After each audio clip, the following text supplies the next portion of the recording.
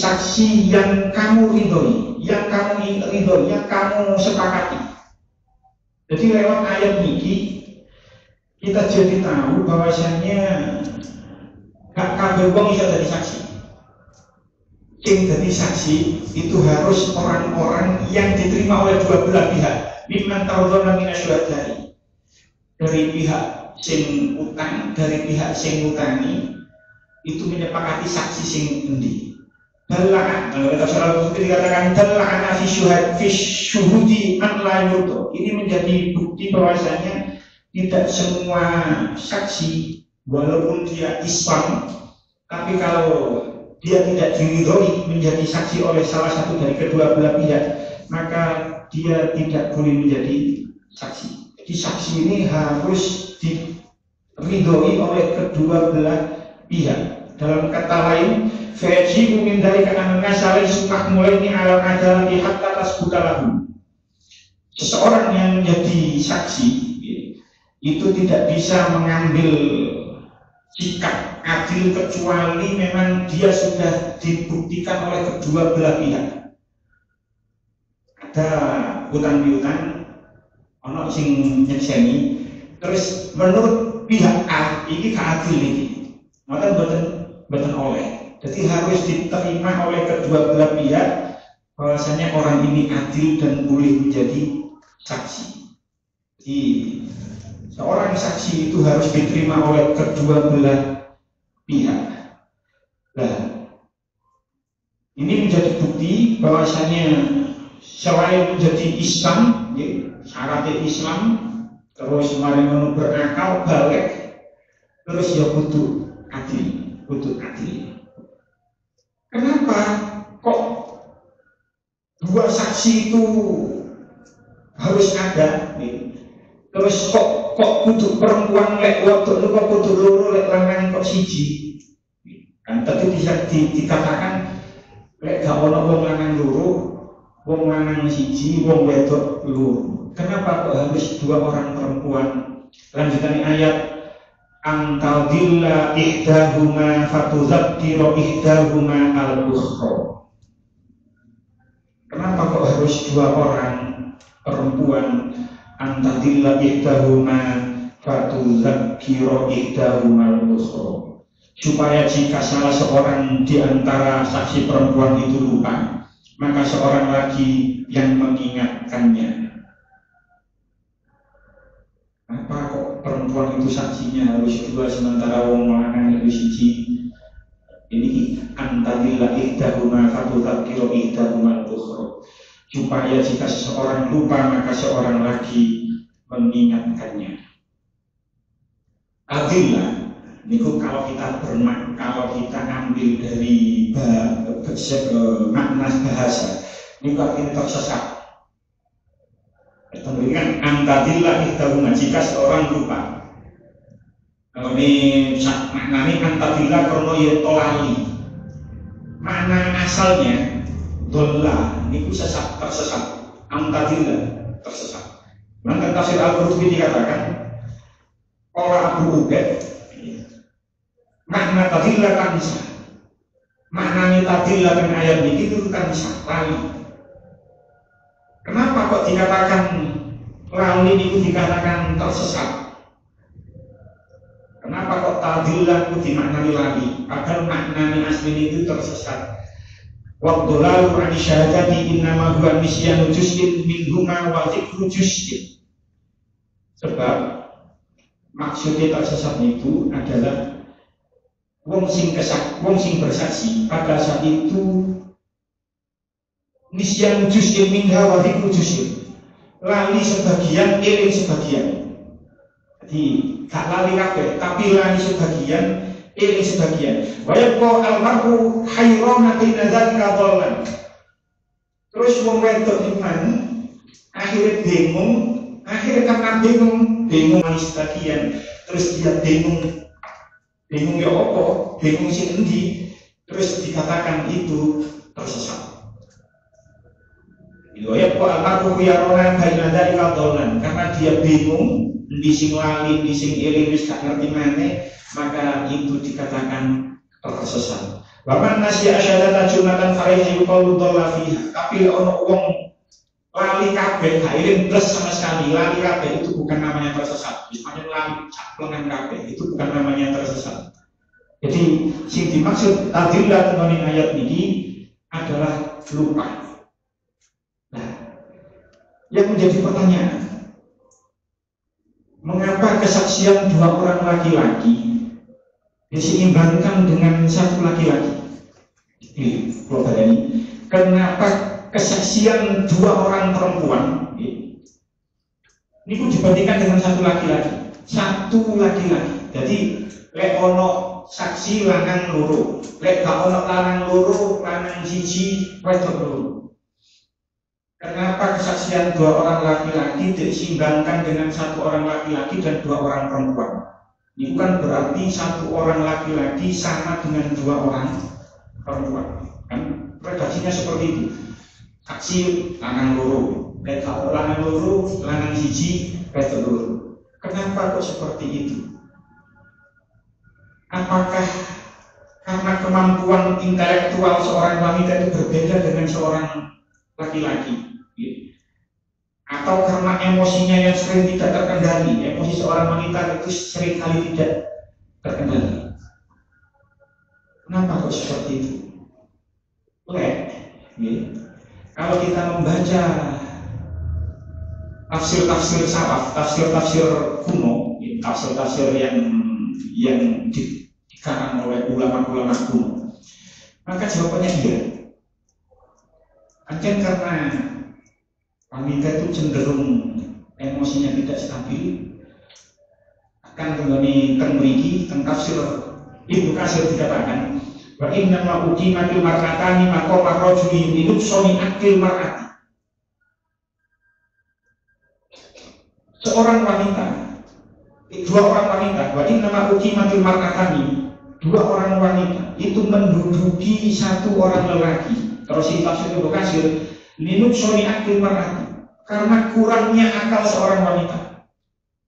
Jadi kalau kita membaca tafsir-tafsir salaf, tafsir-tafsir kuno, itu memang kenapa dua orang perempuan itu diseimbangkan dengan satu orang laki-laki dalam hal persaksian? Jawabannya dalam tafsir Ibnu Katsir karena kurangnya akal seorang wanita.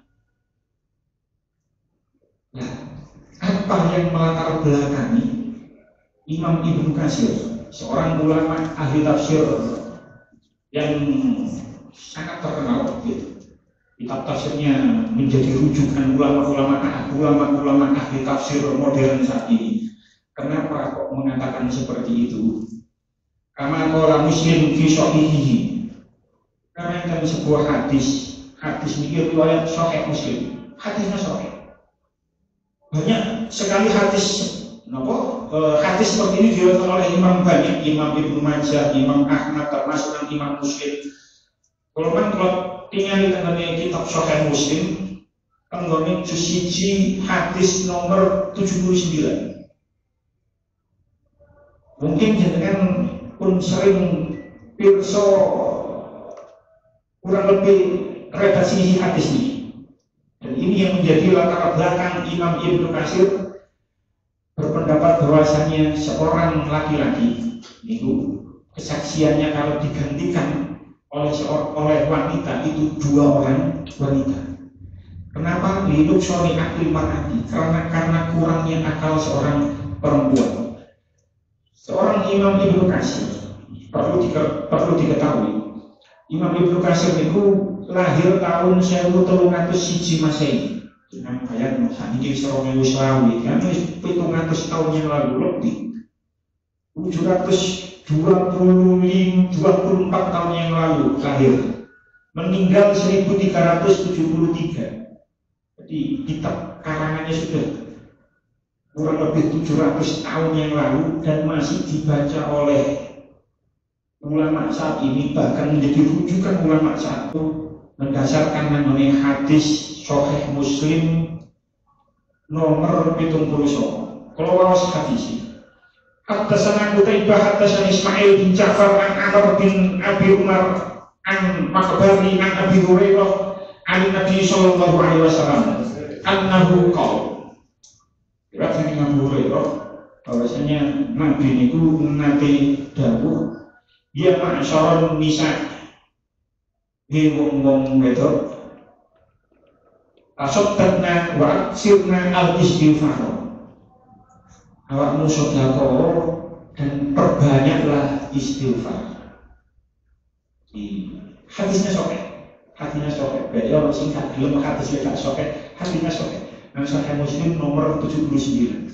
Ya ma'syaron nisa tasaddaqna wa aksirna istighfar. Wahai perempuan, wahai wanita, bersedekahlah dan perbanyaklah istighfar. Kenapa? Kalau saya kanjeng Nabi, fa inni ra'aitu kunna aksara ahlin nari.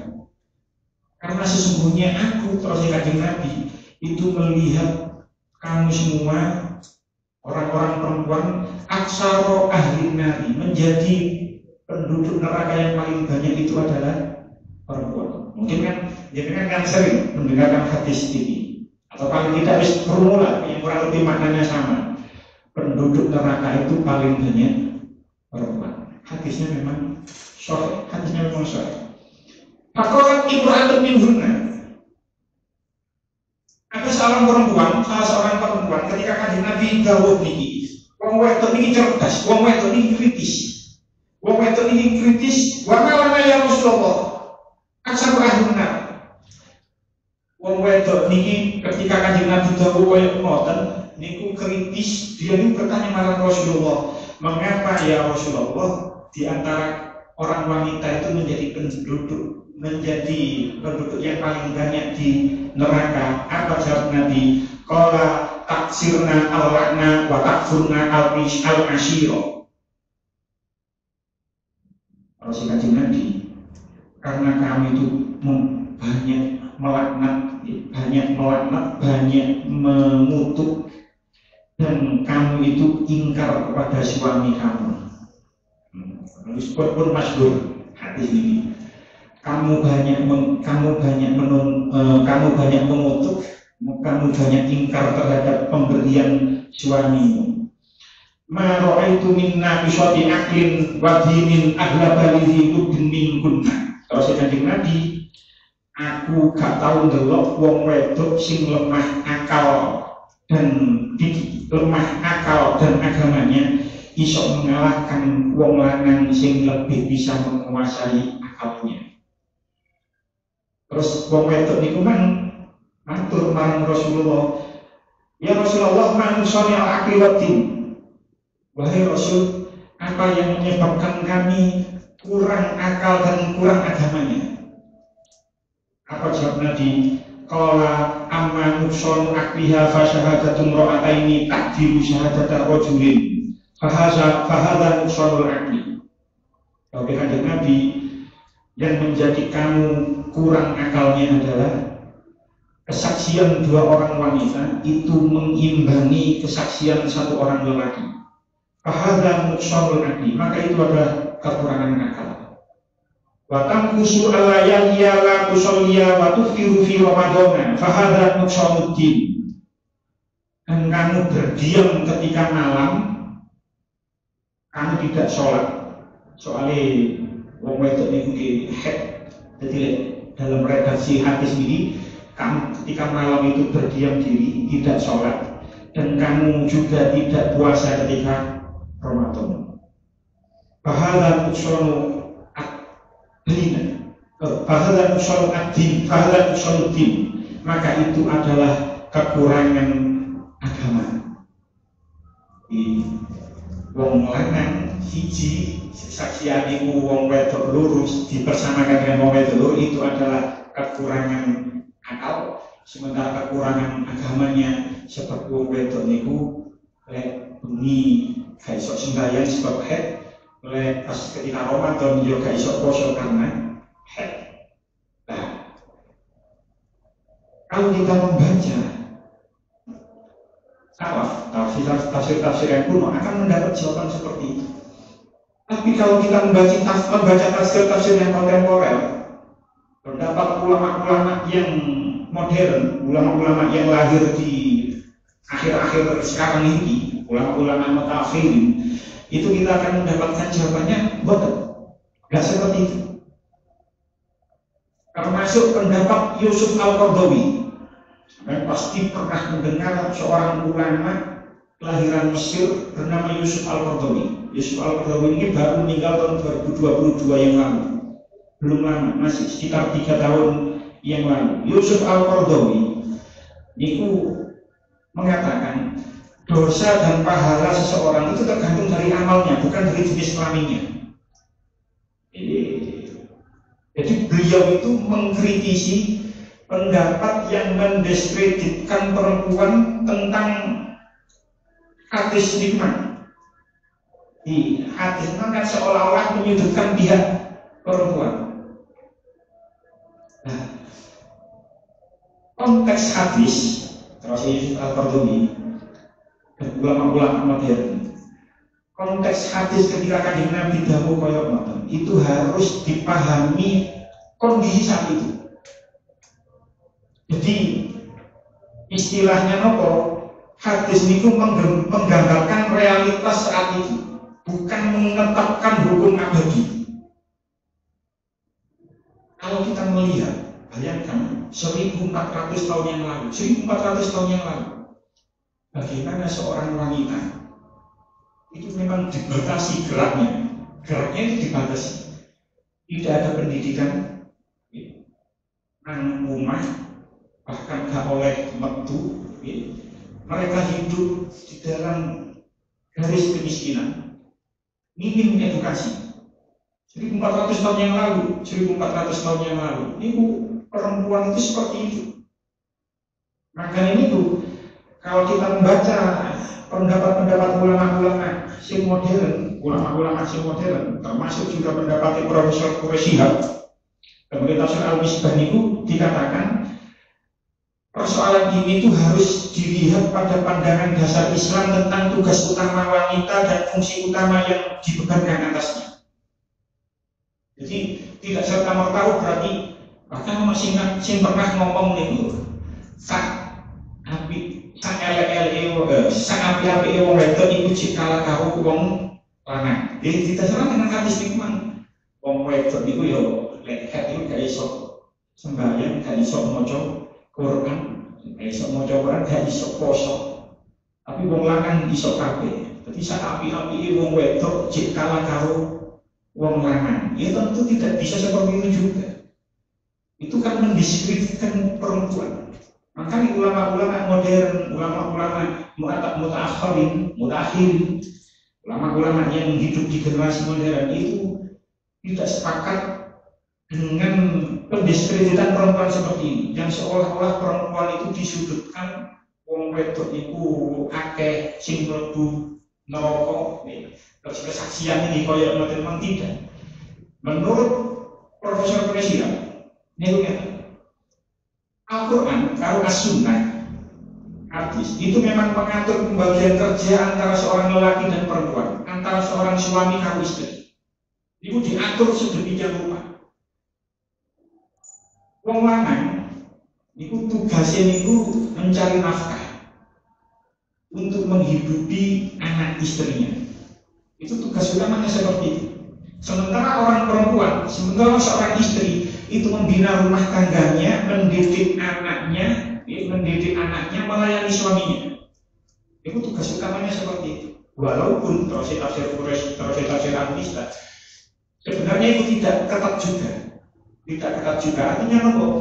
Ketika zaman Kanjeng Nabi, ketika ada tidak sedikit di antara istri-istri sahabat Nabi, tafsir Al-Misbah, tidak sedikit di antara istri-istri sahabat Nabi itu yang ikut membantu suaminya bekerja karena suaminya tidak bisa mencukupi kebutuhan nafkah. Itu diceritakan seperti itu. Dan tidak sedikit pula wong lanang niku yang dia nganggoni omah, beraktivitas di rumah dan mendidik anaknya. Cuman pada dasarnya dari nyambut nang jowo, wong wedok niku ngeramut omah nganggoni, ngeramut rumah di dalam rumah, ngeramut rumah tangganya di dalam rumah. Umumnya seperti itu. Maka ini ingatan seorang wanita itu lebih kuat dalam hal rumah tangga dibandingkan ingatan seorang lelaki.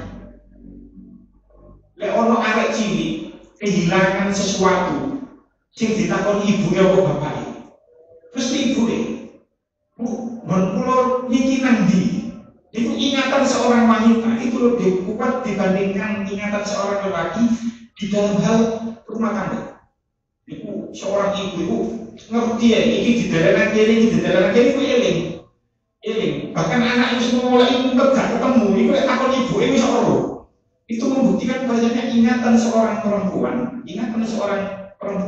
di dalam hal rumah tangga itu lebih kuat daripada ingatan seorang laki-laki. Sementara seorang laki yang pada dasarnya itu bekerja di luar, maka ingatan seorang lelaki terhadap masalah hutang piutang, terhadap masalah perniagaan, terhadap masalah perdagangan itu lebih kuat daripada ingatan seorang perempuan. Wong lanang ini kan tugasnya nang jopo, wis biasa menghadapi pekerjaan. Oleh karena itu ingatan seorang lelaki di dalam hal perdagangan, perniagaan, utang piutang di luar rumah itu lebih kuat daripada seorang perempuan. Maka nilai wong wedok butuh luru. Sebab konteks saat itu orang perempuan itu di dalam rumah ngurus rumah tangga, wong lanang nanggoni yo. Sehingga potensi ingatan seorang perempuan terhadap masalah hutang piutang itu cenderung lemah dibandingkan dengan seorang laki-laki.